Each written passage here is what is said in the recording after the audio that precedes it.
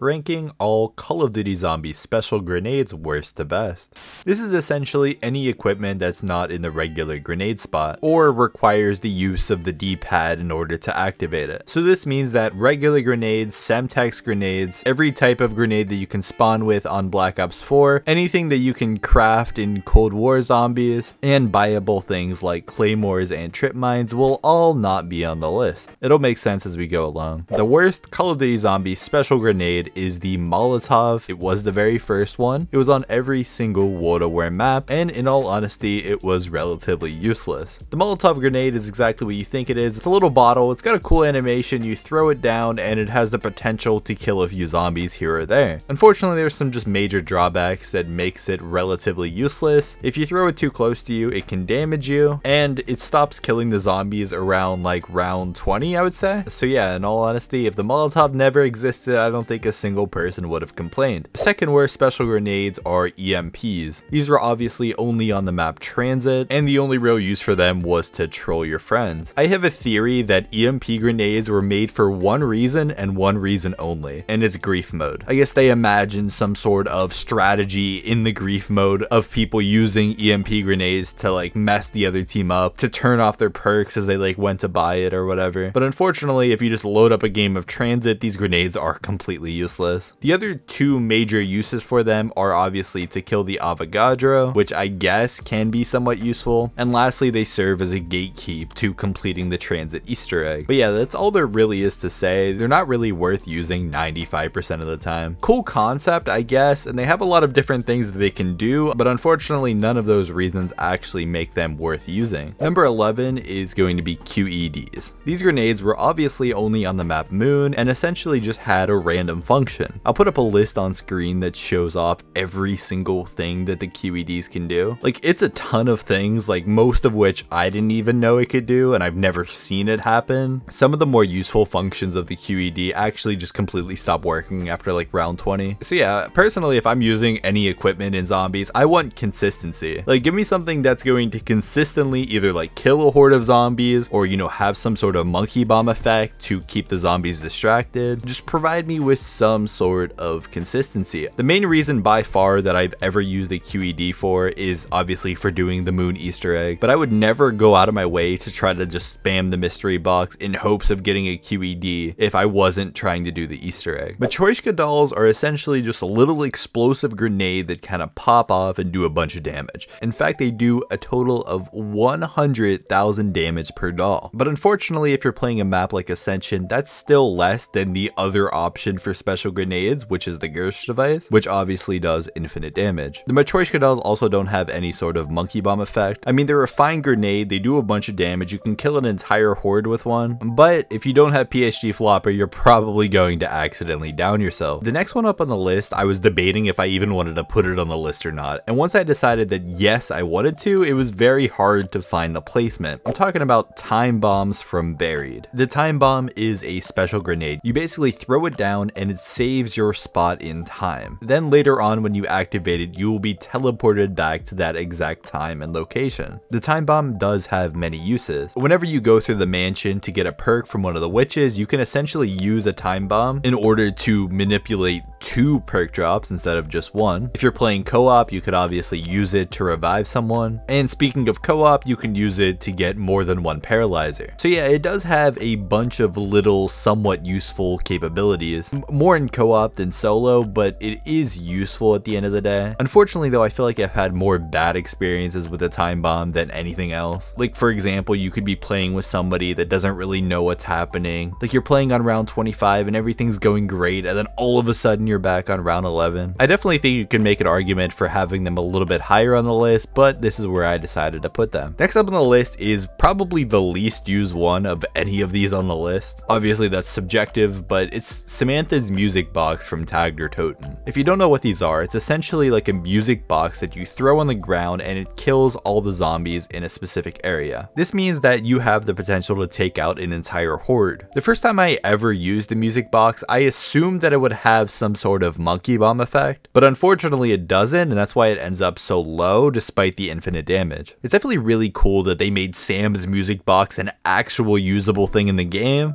I mean, it's decent, I guess. I mean, there's not really much to complain about. about it, I did put it in the middle of the list. I mean, it's fine, it does the job, it kills zombies. It does, however, take a little bit long to actually wind up. Like, I feel like the throwing animation of it is just so ridiculously long, but it is what it is. Next up at the exact middle spot of this list is the Hell's Retriever. I might get some pushback on this one. I mean, there's nothing wrong with the Hell's Retriever. I absolutely love it for what it is. It's essentially a tomahawk that you can charge up and kill zombies. When upgraded, it does do infinite damage and can make going through high rounds a little bit faster. I'm definitely not complaining. I'm not saying it's bad. I'm just saying that it does just get beat out by everything that's higher up on the list. I do believe that the Hell's Retriever was the first ever special grenade that you had to do a quest to unlock, and you couldn't just get it from the mystery box. I mean, if I was rating this off of, like, you know, aesthetics alone and how cool of a weapon it is, I mean, this honestly might be at the top or extremely close to the very top. One other niche use for it is you could always use it to get drops, which again is aesthetically cool, but 9 times out of 10 you can just walk over to the drop. I don't know, it is what it is. Next up is the classic Monkey Bomb. Monkey Bombs first made an appearance on Der Riese and have been seen in countless zombies maps, too many to name, since then. I mean, let's be honest, chances are if you're watching a Call of Duty Zombies video, you already know what Monkey Bombs are. I don't need to explain it to you. They'll essentially distract all zombies for about 7 seconds, just enough time to get out of a sticky situation, or buy a perk that's in a hard to reach area, or revive a downed teammate. There's a million different scenarios in which Monkey Bombs would be effective, and the only reason they're not at the very top is because over the years since the Monkey Bomb came out, Treyarch has kind of just made better versions of the Monkey Bomb that actually do more and more damage. Monkey Bombs do have the potential to kill zombies, and on lower rounds that actually might be useful, but most of the time you're just going to want to use these as a distraction device and nothing else. Like, I would never waste a monkey to try to kill a horde of zombies. To me, that just seems like a complete waste and not really its intended purpose. Number 5 on the list is the Origins G-Strike. This is essentially just a direct upgrade to the Monkey Bombs. G-Strikes are only seen on the map Origins, and they do last the exact same time as a Monkey Bomb. Aesthetically, they're really cool. It's essentially a giant bomb strike all in this one location. But as far as actual function, pretty much everything I said about the Monkey Bombs applies here. But essentially, the G-Strikes just have the potential to actually kill zombies on higher rounds. Next up are the Homunculus from Black Ops 4. Again, essentially a Monkey Bomb effect, but this time, however, they last a lot longer. I think it's around like 18 seconds or something ridiculous like that. So as far as sheer time, it's really no comparison to the other Monkey Bomb style special grenades. I feel like as far as the box weapons on this list, I feel like the Homunculus, I mean, this is completely subjective, but I feel like they're the single most rare item. And that might be completely wrong because you have things like the QEDs that feel like they take forever to get, but I swear I'll literally be spending like hours of my life just spinning the box for Homunculus. But yeah, everything that I said before, they're infinite damage, they have the Monkey Bomb effect, so you can go grab a perk, or, you know, during a boss fight you can throw Homunculus down and it's extremely useful. Just a good overall weapon. I think I'm gonna start a mini war with this next one. But number 3 are the Gersh devices from Ascension and Moon. Essentially the same type of Monkey Bomb effect that I've been talking about. I do believe that the Gersh devices also last as long as Monkey Bombs, which is 7 seconds. They are infinite damage, they suck zombies in from like an insane distance, and have the potential to kill entire hordes and then some, even on the highest of rounds. I mean, undoubtedly, and it's not even close, they're the single best special grenade all the way up through Black Ops 2. But unfortunately, in my opinion, they are a little bit worse than number 2, Little Arnie's. And now I know what you're saying, Gersh devices literally kill instantly all the way up to an infinite round. And once you get to a certain round, Little Arnie stop insta-killing. Like, once you get to a decently high round, Little Arnie start taking longer and longer to actually kill zombies. But my argument is that they just last so much longer than Gersh devices that it makes it worth it. And then on top of that, you could obviously also upgrade the Little Arnies to make them even better. So whether you prefer Gersh devices or Little Arnies at the end of the day, I think comes down to whether you like the insta-kill potential of the Gersh device, as well well as the ability to use it as a teleporter? Or do you prefer the longer lasting Little Ernies, which obviously can distract the zombies from whatever you're doing? My argument for it is that Little Ernies are far more useful for doing Easter egg steps and more of a general usage, but whereas Gersh devices are a little bit less useful in those situations, but are admittedly more useful just for going for high rounds. And in my opinion, that's a really good debate between those two, but like, you're probably wondering, like, what would I even have at number 1 at this point? Number 1 are the Pegasus Strikes from Ancient Evil. It's essentially a big rod that you place in the ground to literally summon Pegasus in the sky. Aesthetically, it's amazing, but it's also just statistically the best, and it's not really up for a debate. It does, like all of these higher picks, have the monkey bomb effect, except this time it lasts much longer. Pegasus has the potential to kill, like, I don't know, like 50 plus zombies on higher rounds. It might even be more than that for all I know. All I know is it's a lot. It's useful for Easter egg steps. It's useful for high rounds. It's just overpowered in every sense of the word. The one drawback is you only do get 1 Pegasus strike instead of the normal 3. But you know, we're talking about Black Ops 4 and they're on a timer anyways, so you could always just wait a certain amount of time to get your charge back. Thank you guys for watching.